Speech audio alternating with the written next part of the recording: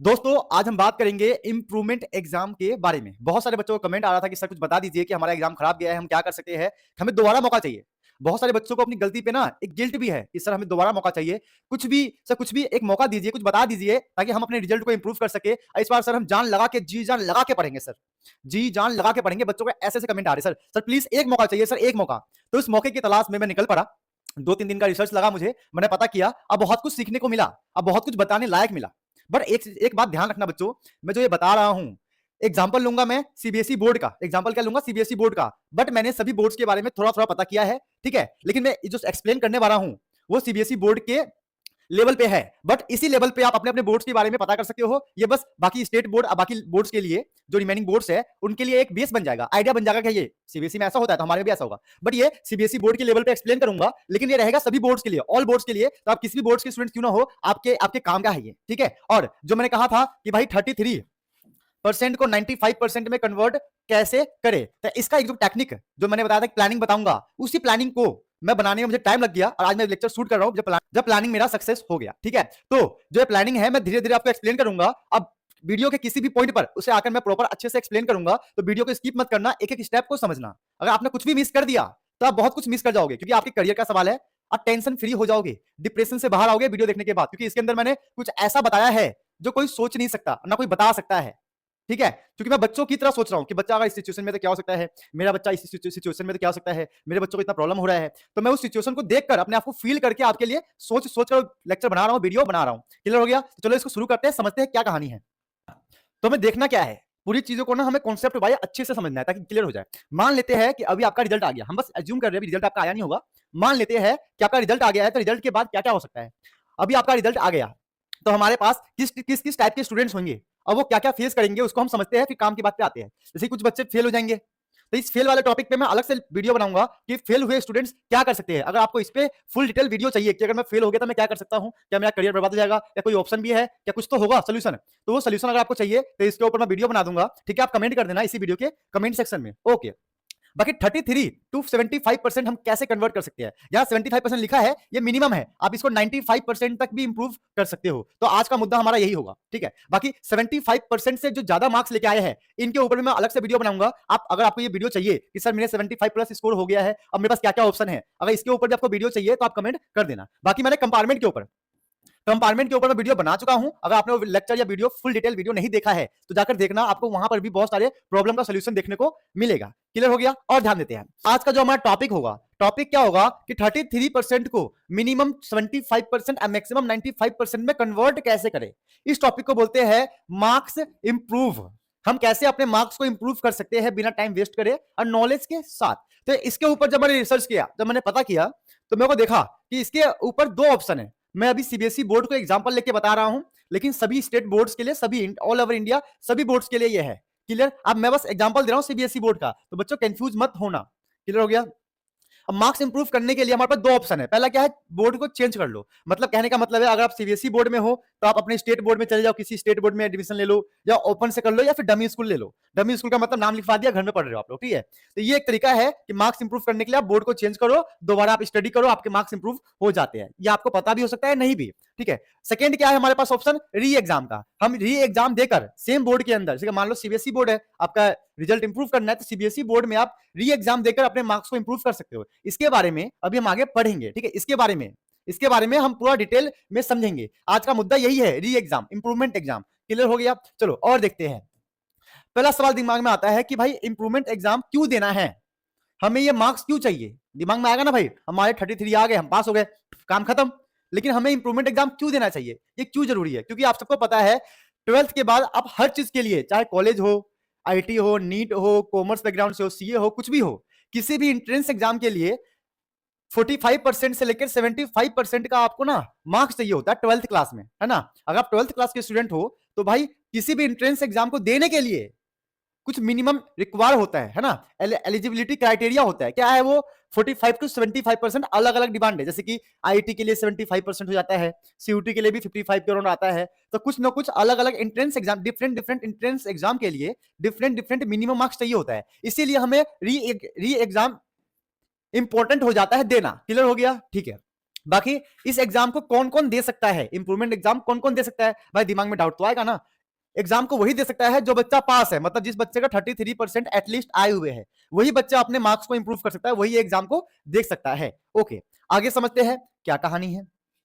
अब री एग्जाम, अभी मैंने क्या कहा था, हमारा मेन मुद्दा क्या होगा, री एग्जाम को समझना कि री एग्जाम क्या है। देखो री एग्जाम दो तरीके से हम समझ सकते हैं। फर्स्ट क्या है, नेक्स्ट ईयर, मतलब आपने क्या कर दिया कि आप सोच के बैठे हो कि भाई अगली साल हम अच्छे से अच्छे मार्क्स स्कोर करेंगे, तो आप नेक्स्ट ईयर री एग्जाम दे सकते हो। उसके लिए क्या करना है आपको, मोर देन वन सब्जेक्ट, मतलब कहने का मतलब है नेक्स्ट ईयर अगर आप चाहते हो री एग्जाम देना या फिर इंप्रूवमेंट एग्जाम, तो आप ऑल सब्जेक्ट, जितने सब्जेक्ट अभी आपके 12th क्लास में थे, चाहे 5 या 6 जितने भी थे जिसमें आपके नंबर कम आए हैं, है ना, उन सभी एग्जाम को एक साथ इंप्रूवमेंट एग्जाम के लिए फॉर्म भर सकते हो। लेकिन इसमें आपकी स्कूल कोई हेल्प नहीं करेगा, आपको खुद ही उसके बेसिस पे काम करना होगा। ठीक है, साइबर कैफे जाओ, लैपटॉप से भरो, खुद पता करो, आप फॉर्म भर दो। ठीक है, ये आपको खुद ही करना पड़ता है। नेक्स्ट बैच में ये आपका एग्जाम होगा। कहने का मतलब है अगर अभी आप 2024-25 में हो, तो आपका जब ये एग्जाम होगा तो 2025-26 वाले बच्चों के साथ होगा, मतलब नेक्स्ट ईयर जो बैच बोर्ड्स का एग्जाम देगी उनके साथ बैठ के आप एग्जाम दोगे, बिल्कुल रियल फील के साथ। क्लियर हो गया। बाकी और देखते हैं, ओनली एग्जाम देने जाना है, कहने का मतलब है आपने फॉर्म भर दिया, आपको स्कूल जाने की जरूरत नहीं है। आप स्कूल एक साल जा चुके हो, आपको स्कूल नहीं जाना है, आपको बस घर में बैठना है ना। जो दिल में आग लगी है ना कि पेपर खराब गया है, रिजल्ट खराब हो गया है, उस आग को जलाए रखना है, जलाए रखते हुए आपको उसको पढ़ना है, समझना है। कहने का मतलब आपको स्कूल नहीं जाना है, और इसका रिजल्ट आएगा वो टोटल वैलिड होगा। रिजल्ट में ऐसा कुछ नहीं होगा कि आपका फ्यूचर में दिक्कत दे के भाई तुमने तो एक साल वेट किया था, आपका रिजल्ट खराब है, नहीं, ऐसा कोई सीन विन नहीं है। क्लियर हो गया। एक और चीज, रिजल्ट के अंदर एक और डाउट आता है कि रिजल्ट के अंदर कौन से मार्क्स लगेंगे। रिजल्ट के अंदर इस सेशन में जो आपका मार्क्स आया था वो, इस सेशन में जो आपका मार्क्स आएगा वो, इन दोनों में मिलाकर जो जो बेस्ट होंगे सब्जेक्ट वाइज, वो वाले मार्क्स आपको उसमें लगेंगे। फॉर एग्जाम्पल फिजिक्स में यहाँ पे था 36%, यहाँ पे फिजिक्स में आ गया आपका 75%, तो यहाँ का फिजिक्स का मार्क्स लग जाएगा। यहाँ पर केमिस्ट्री में था आपका 85%, आपने री एग्जाम दिया, यहाँ पे आपका आ गया 65, तो यहाँ का केमिस्ट्री का लग जाएगा। तो जो बेस्ट होगा सब्जेक्ट वाइज आपके रिजल्ट में वो मार्क्स आएगा, तो यहाँ बल्ले बल्ले है टेंशन फ्री रहने का। ठीक है, चलो और समझते हैं सेकंड क्या है।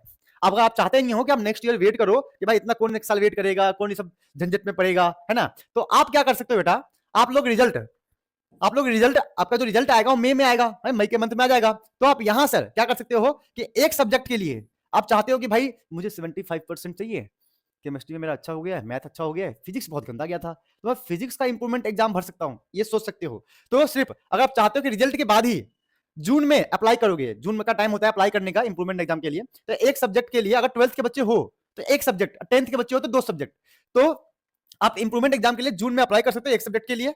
ठीक है, और एग्जाम हो जाएगा जुलाई में और रिजल्ट आ जाएगा आपका अगस्त में, और इसका रिजल्ट भी वैलिड होगा वैसे ही जैसे मैंने यहाँ पे बताया था। क्लियर हो गया। लेकिन आप चाहते हो कि नहीं यार टाइम चाहिए मेरे को और पढ़ना है, ये नहीं करना चाहते हो, तो आप अप्लाई कर सकते हो सितंबर में।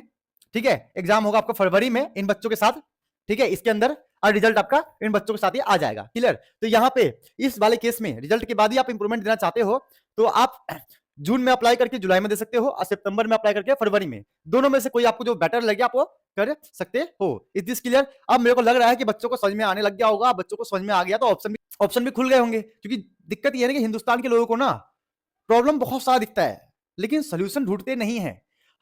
हमेशा याद रखना बेटा, अगर प्रॉब्लम है तो उसके पीछे कोई ना कोई सोल्यूशन भी होगा, हमें सोल्यूशन की तरफ भागना है, सिर्फ प्रॉब्लम की तरफ भागना नहीं है। बहुत सारे बच्चे बोलना चाह रहे थे कि सर मैं सुसाइड अटेम्प्ट करने का सोच रहा हूँ। अब मैं बोल रहा हूँ बेटा अभी 12th क्लास में आप, ये फ्यूचर में सुसाइड अटेम्प्ट करना, जब आपकी शादी हो जाएगी, आपकी घर वाली आपको तंग करेगी, डाइवोर्स लेगी, किसी और के साथ भाग जाएगी, तब सोचो कि सुसाइड अटेम्प्ट कर लूंगा, तो थोड़ा सा लॉजिकल लगता है। लेकिन क्या 12th में एक सब्जेक्ट में नंबर कम आ गए, सुसाइड अटेम्प्ट कर लूंगा, 12th में एक सब्जेक्ट में फेल हो गए, सुसाइड अटेम्प्ट कर लूंगा, ये क्या लॉजिक है भाई, है ना। तो थोड़ा सोचो, इतना दिल का कच्चा नहीं बनना है कि कोई आपको कच्चा आम समझ के निपटा दे। क्लियर बेटा। चलो और देखते हैं, और क्या समझना आपने को कि मई का रिजल्ट है। अब देखो क्या कि रिजल्ट पे इफेक्ट क्या पड़ेगा, अभी मैंने समझा था वही चीज है। फिजिक्स में 45% आया था, ठीक है, आपने इंप्रूवमेंट दिया 78 आ गया, तो आपके एग्जाम में ये लगेगा, मतलब आपके रिजल्ट में ये लगेगा। केमिस्ट्री में 65 था, अब इंप्रूवमेंट दिया 38 हो गया, तो आपके रिजल्ट में ये लगेगा। तो जो बेस्ट होगा आपके रिजल्ट में वो बन के आएगा, तो डोंट वरी, कोई प्रॉब्लम वाली बात नहीं है। एक अच्छा ऑप्शन बना रखा है सीबीएसई बोर्ड के अंदर, बाकी स्टेट बोर्ड में भी कोई ना कोई ऑप्शन होगा, ढूंढोगे तो मिल जाएगा बेटा, बस एग्जाम्पल के तौर पर समझा रहा हूं। चलो और समझते हैं।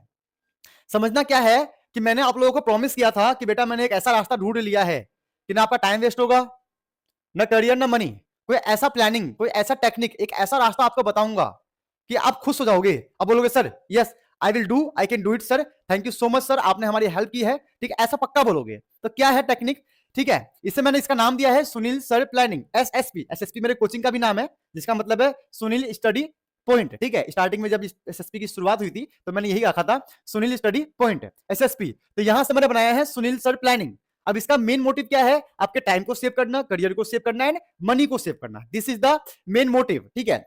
देखते हैं कैसे, एक एग्जांपल लेके समझाता हूं कि एक स्टूडेंट है, ठीक है, एग्जांपल के साथ समझना, समझ में आएगा। एक स्टूडेंट है या आपका कोई फ्रेंड है, ठीक है, मान लेते हैं कोई फ्रेंड है, एक स्टूडेंट है जिसके मार्क्स रिजल्ट आया और उसके मार्क्स आ गए 75% से ऊपर। एक स्टूडेंट है जिसके मार्क्स आए 75% से नीचे, ठीक है। अब क्या चाह रहा है कि जो ये बच्चा है, बहुत सिंपल सी बात है, जिस बच्चों के, जिन स्टूडेंट्स के 75% से ऊपर मार्क्स आते, क्या करते हैं वो, एक साल का ड्रॉप लेते हैं, मैक्सिमम बच्चे ये तो करते हैं, एक साल का ड्रॉप लेते हैं, फिर कोई ना कोई एंट्रेंस एग्जाम की तैयारी करते हैं, फॉर एग्जांपल आईआईटी जेईई, है ना, ठीक है। मान लेते हैं कि एक बच्चा है 75% से ज्यादा मार्क्स उसके आए हैं, उसने एक साल का ड्रॉप लेकर उसने एंट्रेंस एग्जाम की तैयारी करनी शुरू कर दी। ये तो कर सकता है मैक्सिमम स्टूडेंट्स, ये तो करते हैं, ठीक है। अब ध्यान देना, अब एक और बच्चा है जिसके 75% से मार्क्स कम आ गए, तो उसको ना इसके जैसा ही कुछ करना है। मतलब वो चाहता है कि भाई इस बच्चे से मैं पीछे ना हटूं, इस बच्चे के साथ रहूं, कंपटीशन में रहूं, इसको मैं छोड़ू ना।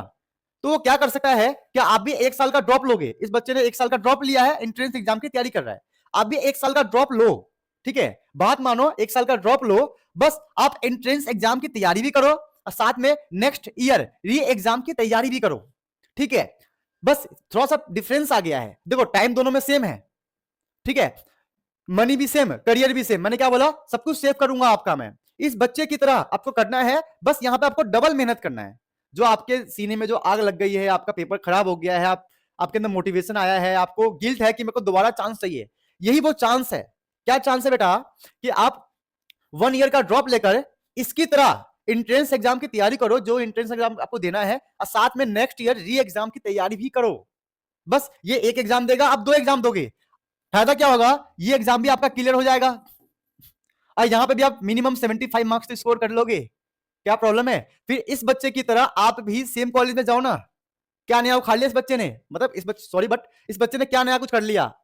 आप अगर बुद्धि लगाओ, दिमाग लगाओ, तो ये रास्ता है ना हमारे पास, क्या दिक्कत है। और इसके ऊपर एक प्रैक्टिकल एग्जांपल है, मेरा फ्रेंड है, ठीक है, मेरा फ्रेंड है, मतलब मेरे तो आ गए थे अच्छे खासे नंबर, 95% से आगे थे, तो मतलब वो मेरा फ्रेंड थोड़ा सा जलता था मुझसे, ठीक है, कि भाई तेरे 95 आ गए और उसके आ गए थे 63 मार्क्स, ठीक है।